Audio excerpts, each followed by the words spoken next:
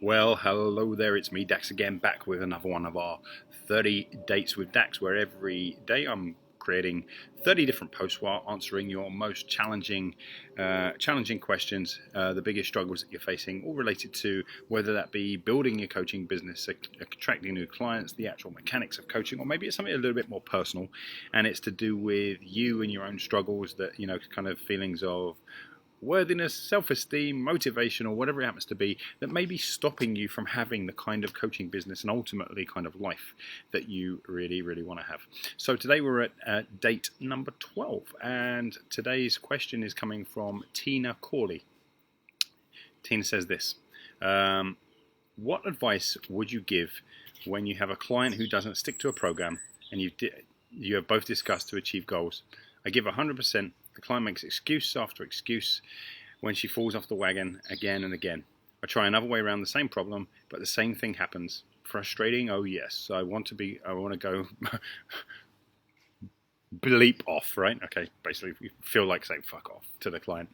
But I don't want to give up on them. Is it me? Many thanks. Right, so great question. I think a lot of coaches are gonna have had that experience. If they haven't had it in the past, they're certainly gonna have it in the future. The client that you are giving your all to, they're nodding in all the right places. They're saying yes. They're saying that kind of this one time, I'm ready to step up and make the change, and then they go and promptly do little or nothing with it. Can make you as a coach feel like a failure for sure, and kind of. It ties into what I call the three kind of negative F's, right? Kind of, so there's a bunch of positive F's, but there are three negative F's, and the negative F's are feeling like a failure, frustrated, or a fuck up, right? So kind of they're the three. And certainly watching a client not get results or do things in opposition to the coaching that you agreed on can really make you feel like on those three. There's no beating around the bush. It can definitely have that impact. And the tendency then when we're experiencing that is for us to go into our other three F's, which are fight, flight, and freeze, right?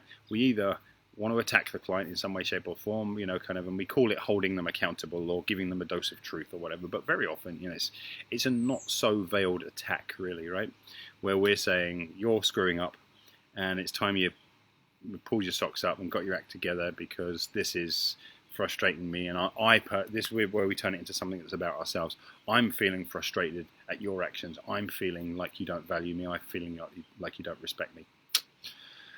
Look, I get that completely, because it's something that I felt for a long time, and in fact, for a while, it was almost like a training that I delivered to coaches. Right? If your clients don't do what you tell them to do, then in some way, shape, or form, they don't respect you, and you should kick them to the curb. I kind of, certainly for me, I'm not saying this is true for you guys, but certainly for me, I realise the error of my ways now about how limited that was in thinking. But I certainly understand it, and I certainly experienced it and went through it. Here's the way I approach it now, and here's the way I look at it. The only, whether you're a health coach, you're a personal trainer, whether you're a life coach, a relationship coach, or any form of coach, you've been invited into the client's life usually because they're kind of the language underneath the surface. If they haven't said this to you explicitly, this is what they're really saying. I'm having trouble doing this thing that I really want to do. And I do really want to do it. I'm willing to take the steps. I'm willing to take the action, but I'm really bloody struggling with it. Can you help me? And very often our first instinct then as coaches is when a client comes along, we imagine that just because we've told them something, or because we've explained something, or because we've challenged them to do something, that's it. That's our part kind of almost over. And that the client should be able to look, you've been given the information, just bloody go and get on with it. And of course, when you reflect upon that, you'll see this isn't an attack on either Tina or any of us who go through this, myself included, right? This isn't an attack, but you can see how inane and insane that kind of concept is. The very people who are coming to you for the help, who basically by coming to you have admitted I can't do this, or I'm really struggling with this, and then we berate them and give them shit and give them a hard time for that. Or we don't berate them and give them shit externally and explicitly, but we do internally, which is coming up in those feelings of frustration. So what do we do about that? For me, it's become, certainly over the last kind of 6-7 years, where I've matured far greater as a coach than the previous 12 years up to that. And I already thought I was a great coach, but I've matured a lot in the last 7 years, I would say. as a coach. And one of the big realizations is that what the client does or doesn't do is no reflection on me. That's a choice that they're making. And sometimes it's a conscious choice and sometimes it's an unconscious choice. Now, when I really think about what I'm here to do as a coach, really the way I think about it, and I really do believe this, what a coach is a surrogate prefrontal cortex for the client, right? So we understand that when the client is calm and relaxed and everything's going good in life, things seem to come easy, fairly simple to keep the important things uppermost in their mind. And life is fairly good, but it's when the shit hits the fan, when they get stressed, when they get overwhelmed, when they get frustrated, when they get emotionally hurt by a situation, then the prefrontal cortex, that kind of master driver of both creativity and so if you think about it, the right prefrontal cortex is the creative part of the brain, right? And that creativity also means holding in mind, literally in mind, because the prefrontal cortex is the only part of the brain that could be called the mind. Holding in mind the idea of something that doesn't yet exist. Like thinking off into the future and saying, in 6 months' time, my relationship could be like this, or my body could be like this, or my life could be like this, right? So when Mary gets frustrated, it's always Mary. When she gets frustrated, that part of the brain comes offline. And she's no longer able to, so she nodded at you in all the right places. And she has now kind of done the complete opposite to what she agreed she was going to do or what she agreed she was going to try. Well, that's just a sign that that part of the brain is offline. So can we berate Mary for not having part of her brain online? Now, the left prefrontal cortex is all the logic, right? And the joining the dots and the steps. So if you think about right prefrontal cortex being much more strategy and left prefrontal cortex being logic, the logic is saying, well, what am I supposed to do now? What should I do next? What should I do next? And if someone is acting, let's say, dumb, right? Someone's acting dumb, what they're doing doesn't make sense. They said they want to lose 30 pounds for their daughter's wedding, and yet every night they're going home and drinking a bottle of wine and kind of, inhaling a vat of Haagen-Dazs. Well, that doesn't make any sense. Well, that should be your first clue as a coach. If it doesn't make sense, then they're not in their prefrontal cortex. So when I say I now view my role as a coach to act as a surrogate prefrontal cortex, what that means is I don't make decisions for my clients, and I don't try and create kind of new possibilities for the clients. That's their job. What I do is I lend them my prefrontal cortex to say, okay, so what happened? Why did it happen? Why do you think it happened? Imagine you were in that same scenario tomorrow. What would you do then? Like, what are some things that we can do to avoid that becoming the same problem it's been? In other words, I'm not interested in the client's end result anywhere near as much as I'm interested in the thing that's keeping them from having the end result.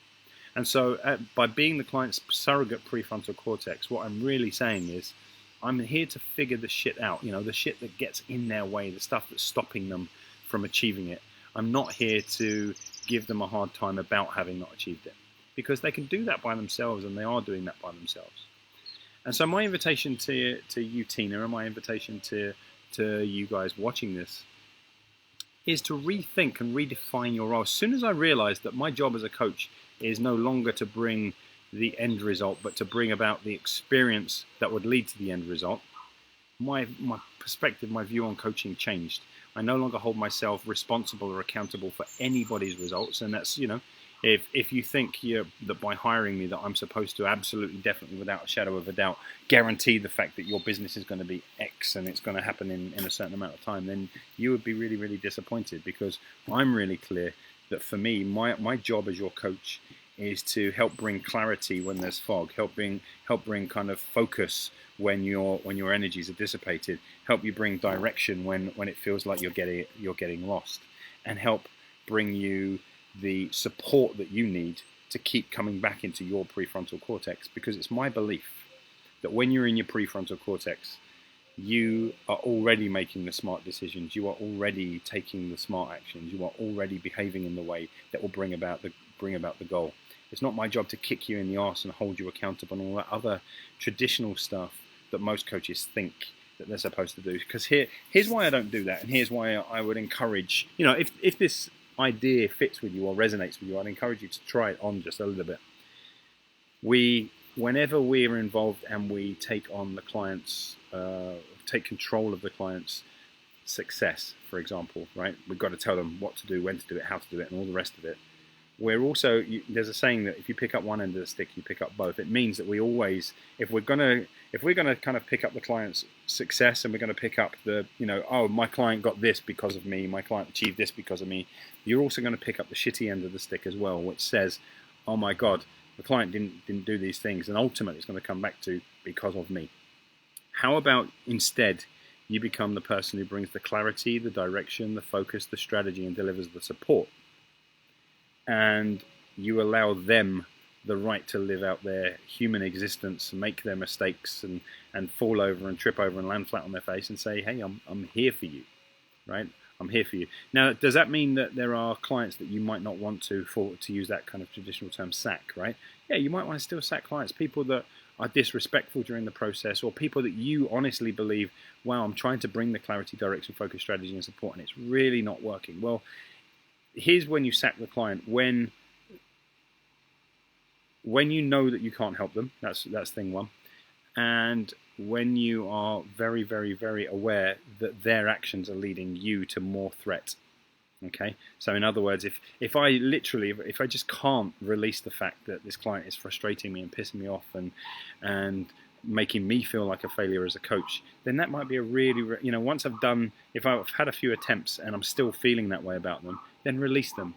Because the one thing with a coach, it's very rarely that I say must and should and have to's about anything in life, really. But here's where I do feel really strongly. The one thing a coach must bring to the coaching scenario is that they're going to remain unjudgmental of their clients, right? You're not going to kind of start kind of in your head talking smack about them and say, like, oh, this client's shit and they're not taking my work seriously, and they're wasting my time, they're wasting their... As soon as you're in that place, you've given up your place outside of the picture frame, and you've come into the client's struggle. And when you're inside the client's struggle, you're no longer able to lend them your prefrontal cortex, because yours isn't even in the frame anymore.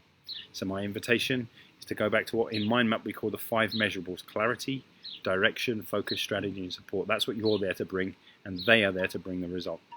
I hope that makes sense. I'm not looking for agreement here, same as all the other dates with Dax. If you disagree with this, or you think it's bullshit, or you just want to chat around it or ask more questions or whatever, please do.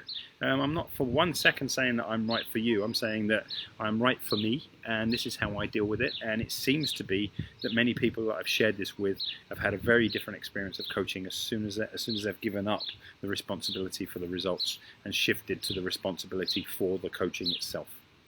Remember, what you do with what I teach you, just like you're watching this video, right? I can sit here and say, oh my God, I've told them exactly what they're supposed to do and they're still not doing it. And I can get really pissed off. Or I can just say, hey, I showed up in the world as the version of me that I wanted to be.